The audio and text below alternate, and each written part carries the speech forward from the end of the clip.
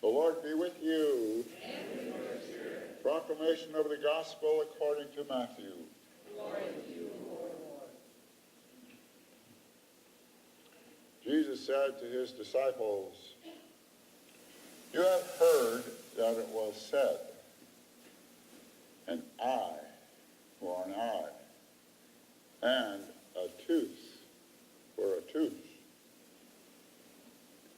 But I say to you, don't resist an evildoer.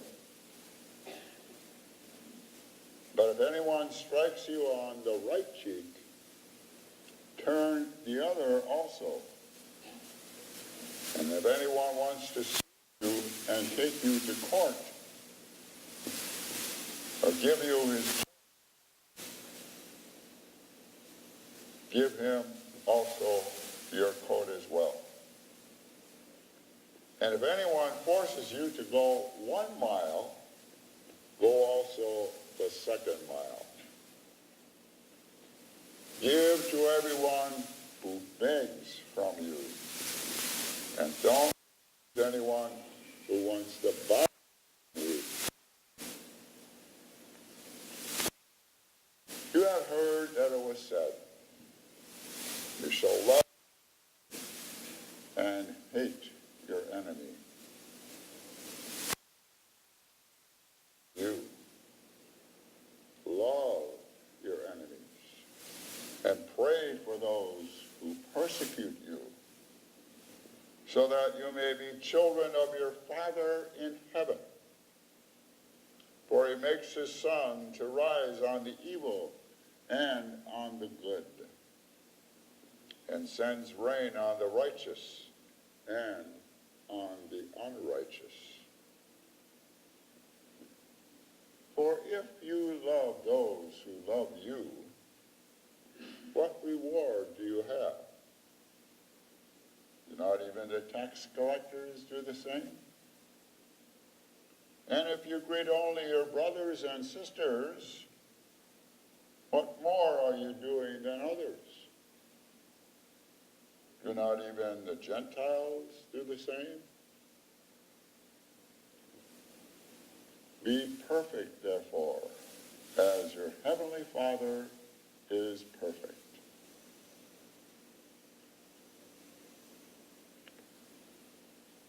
The Gospel of the Lord. Praise to you, Lord Jesus Christ. You ever notice that when you read and especially pray over the Sermon on the Mount,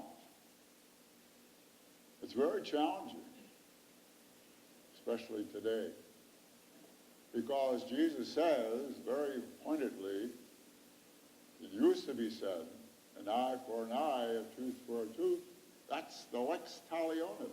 That's the retribution. That's retaliation. And he says, no, you don't do that. That is very challenging because it's part of our DNA. It's ingrained in us to fight back. And we see that in our society today. We see it with regard to the death penalty, where individuals want revenge. Get back. That's the way to get back at an individual. And you know, the church has taken a very strong stand with regard to penalty. It should not be allowed. Or look at the so-called sanctuary cities now in the United States. Seattle, Chicago, and New York, just to mention a few. You know what's going to happen there? The government, if you're going to set up these sanctuaries, where's money? Strictly speaking, the government cannot do that. It's Congress that is able to do that. But that's taking a strong stand. And I think that's what we have to be able to do in our society. Take a strong stand when we see injustice that's being that when we see these marches, especially nonviolent marches in our society today, that's what we have to be able to do. There's an injustice there.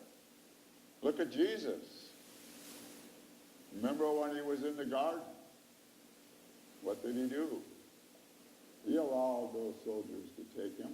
And Peter, of course, is an individual and to stand up. So what does he do? Takes out a sword, slashes this man's ear off. Anybody know his name? Not you, sister.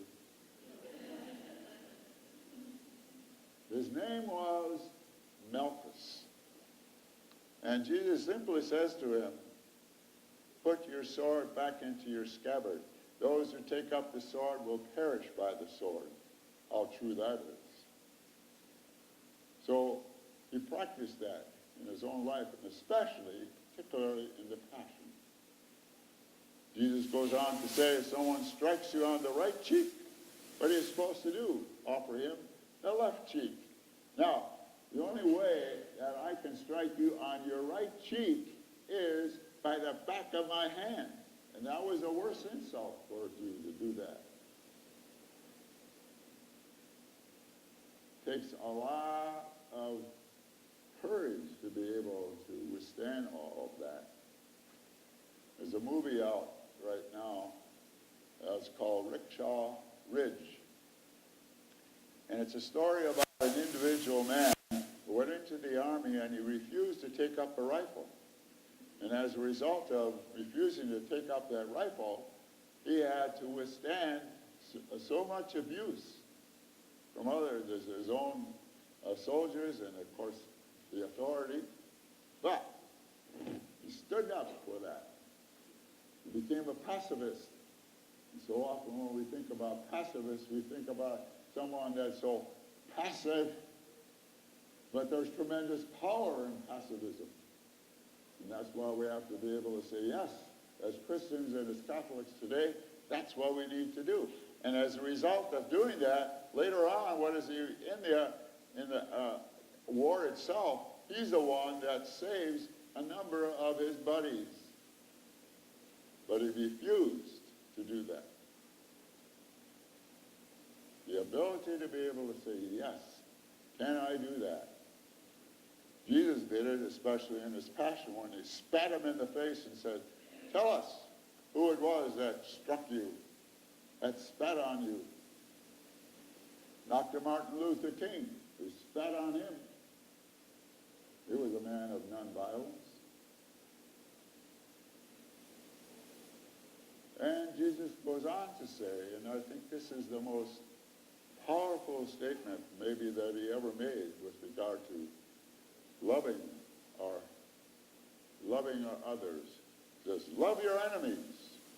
People often say, I don't have any enemies. I said, well, that could be. But then, finish that. Jesus goes on to say, love your enemies, do good to those who persecute you, in other words, who hurt you. Pray for those who maltreat you, who harm you in some way. How many of us are willing to do that? I think a good example of that outside of Jesus, of course, was Mahatma Gandhi. I read a book about him, and I was just amazed how he was able to withstand all that hurt and all those evil things that people did to him. He was on a train one time, and they threw him off the train. They threw out his baggage. They got rid of him. And when you read his life and see how often he did never fought back, it's breathtaking, as Cardinal Casper said. It really is. Here's a man who really lived what Jesus proclaimed and what Jesus asked us to do in his life. Marvelous example. So, there's our challenge. And I think it's a tremendous challenge. And if you want to find out, really, if you want to find out what kind of Christian or Catholic you are, then I would encourage you, pick up the Sermon on the Mount and read it, and especially pray over it. And then you can find out what kind of a Christian or a Catholic you are, because Jesus gives us a tremendous challenge there. A challenge of non-resistance, a challenge of having the courage when someone slaps you on the right cheek, the offer their left cheek, to be able to say, yes, I do love my enemies. I find it hard. I do. I have to admit, I find it hard to pray. I pray hard for praying for individuals sometimes in the government. I really find that hard. But that's our challenge, be able to do that. And how many of us are willing to do that? Are we willing? Yes. Well, some of you are. Okay, very good. Are you willing to do that?